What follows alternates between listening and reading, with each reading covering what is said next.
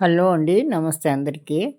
ఈరోజు రోటీకి రోటీకు కాంబినేషన్‌గా కర్రీ చేస్తున్నానండి. లాంగ్ బీన్స్ అంటారు కదా! అలసందలు అదనమాట. మా టెర్రస్ గార్డెన్‌లో పండిన అలసందలివి.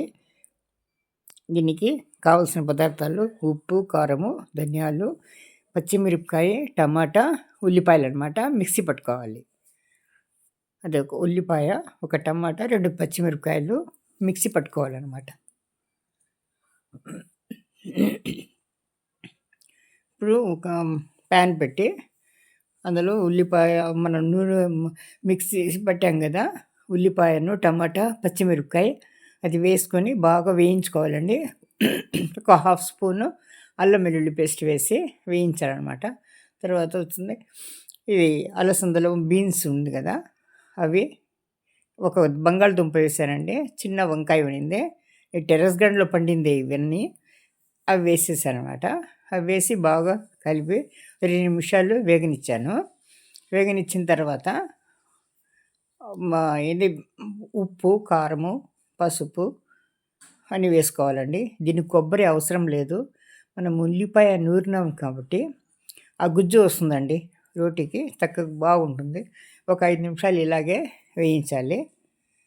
వేగనిస్తే చూడండి వేగిపోయింది. ఇప్పుడు ఒక హాఫ్ గ్లాస్ వాటర్ వేసుకుంటే సరిపోతుంది. కొత్తిమీర వేసుకోవాలండి.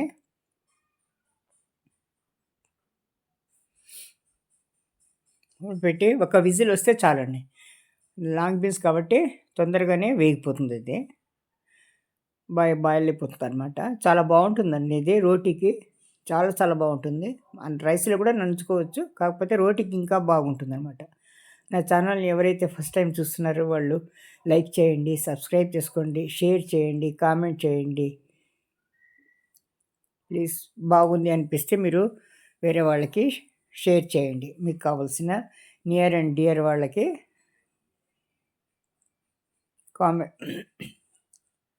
షేర్ చేయండి. ఇదిగోండి చపాతీలు రోటీ చేసుకున్నాం కదా! మన గోధుమ చపాతీలు. మళ్ళీ జొన్న రొట్టెలకు బాగోదండి ఇది. అది చప్పగా ఉంటుంది కాబట్టి ఇది బాగోదు. ఈ రోటీకి అయితే చాలా బాగుంటుందండి. మన పూరికి కానీ, రోటీకి కానీ చాలా మంచి కాంబినేషన్ అనమాట ఈ కర్రీ.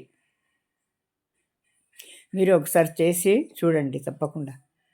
మీకే తెలుస్తుంది. చూడండి అయిపోయిందండి. ఒక విజిల్ చాలమ్మ. ఒకే ఒక విజిల్ చాలు. అయిపోయింది చూసినారా? ఇదే అండి. Thank you so much. Thank you.